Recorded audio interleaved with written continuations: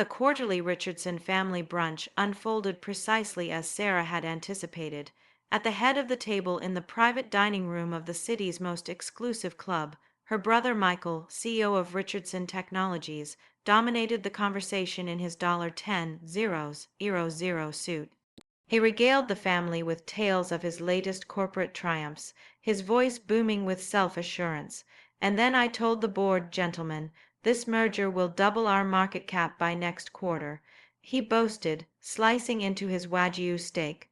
The vote was unanimous, of course. Nobody questions my business instincts. Their parents beamed with pride. Their father, the former CEO who had handed Michael the reins 3 years earlier, nodded approvingly while their mother adjusted her Cartier bracelet, the epitome of satisfied affluence. Sarah sat quietly at the far end of the table, picking at her salad. The failed daughter, the one who had walked away from the family business 5 years ago to start her own investment firm. Michael's voice dripped with false concern as he turned to her. Sarah, how's your little, what do you call it, investment advisory? Meridian Capital is doing well, she replied quietly, taking a sip of water. He laughed, the sound echoing through the room. Still playing with those small savings accounts.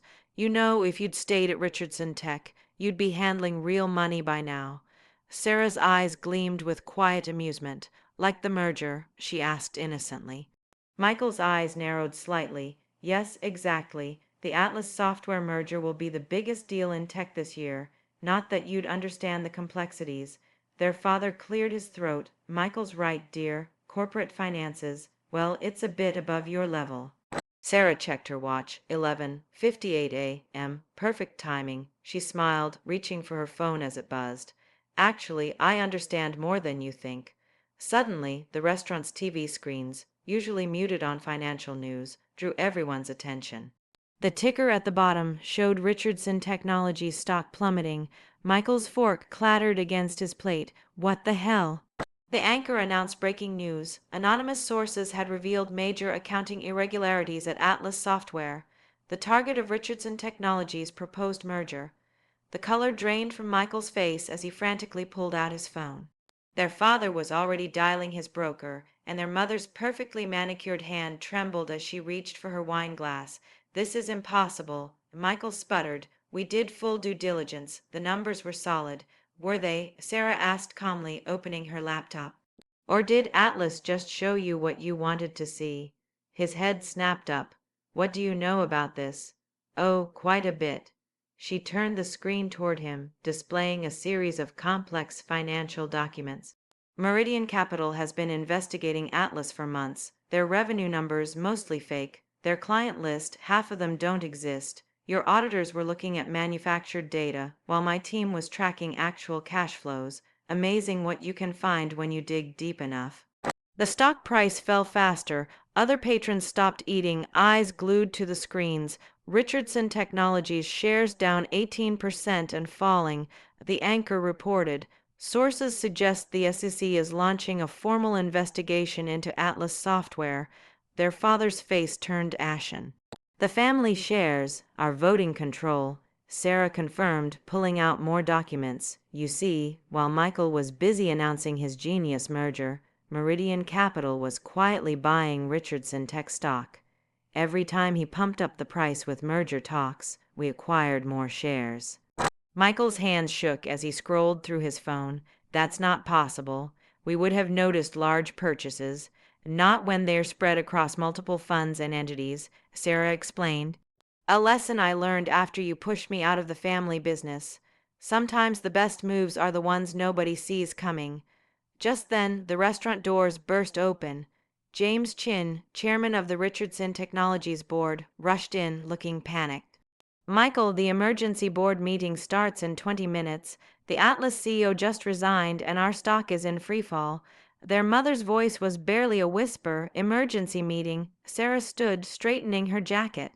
To vote on new leadership, given the current management's catastrophic failure in due diligence.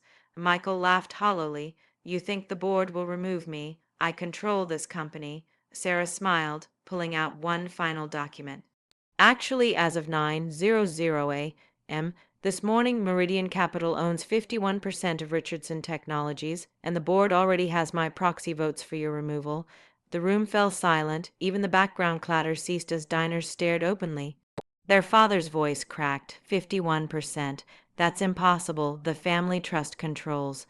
48%, Sarah corrected, which dropped to 35% after Michael used company shares as collateral for his personal loans last year.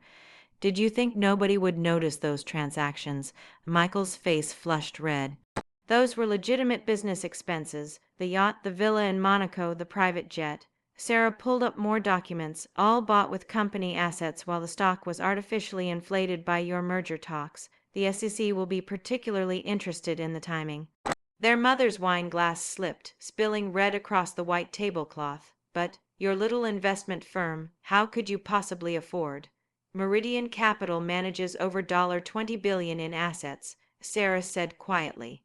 Though I guess you wouldn't know that, since none of you ever bothered to ask what I was actually building these past 5 years. James' chin shifted uncomfortably by the door. The board is waiting, and the press is gathering in the lobby. Sarah nodded. I imagine they have questions about how the mighty Michael Richardson missed billions in fraudulent accounting, or his personal use of company assets. Michael stood abruptly, his chair toppling. This is revenge because I pushed you out. No, Sarah cut him off. This is business. Something you might understand if you'd spent more time doing actual due diligence and less time bragging about deals you hadn't closed. Her phone buzzed again. Richardson Technologies stock now down 32%. Though it should stabilize, she read aloud, once the board announces the leadership change and withdrawal from the Atlas merger. Their father finally spoke. You planned this, all of it. I plan to protect the company you built, Sarah corrected. The one Michael was running into the ground with his ego and reckless decisions. The fact that it gives me control. Let's call that karmic justice. The screens showed live footage of reporters gathering at headquarters. In a developing story, the anchor announced, sources indicate that Meridian Capital, led by Sarah Richardson, has acquired controlling interest in Richardson Technologies, the mysterious investment firm known for its aggressive but precise takeovers. Michael laughed bitterly.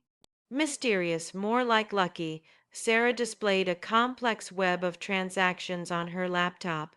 6 months of planning, tracking every bad decision you made, every inflated projection, every misuse of resources. While you were mocking my small savings accounts, I was building the case for your removal. James' chin cleared his throat.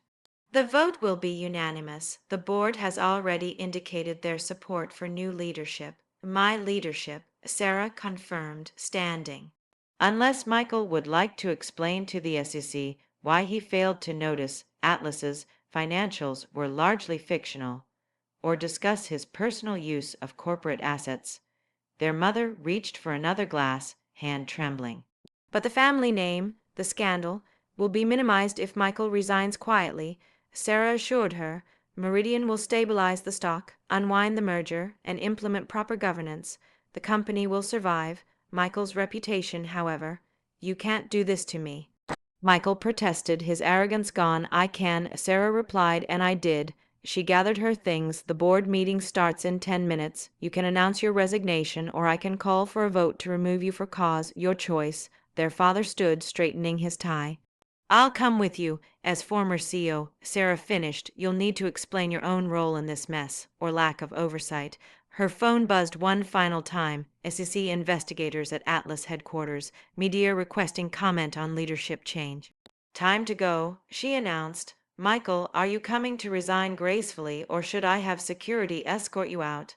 He slumped in his chair, defeated. You've destroyed everything. No, Sarah corrected. I've saved everything.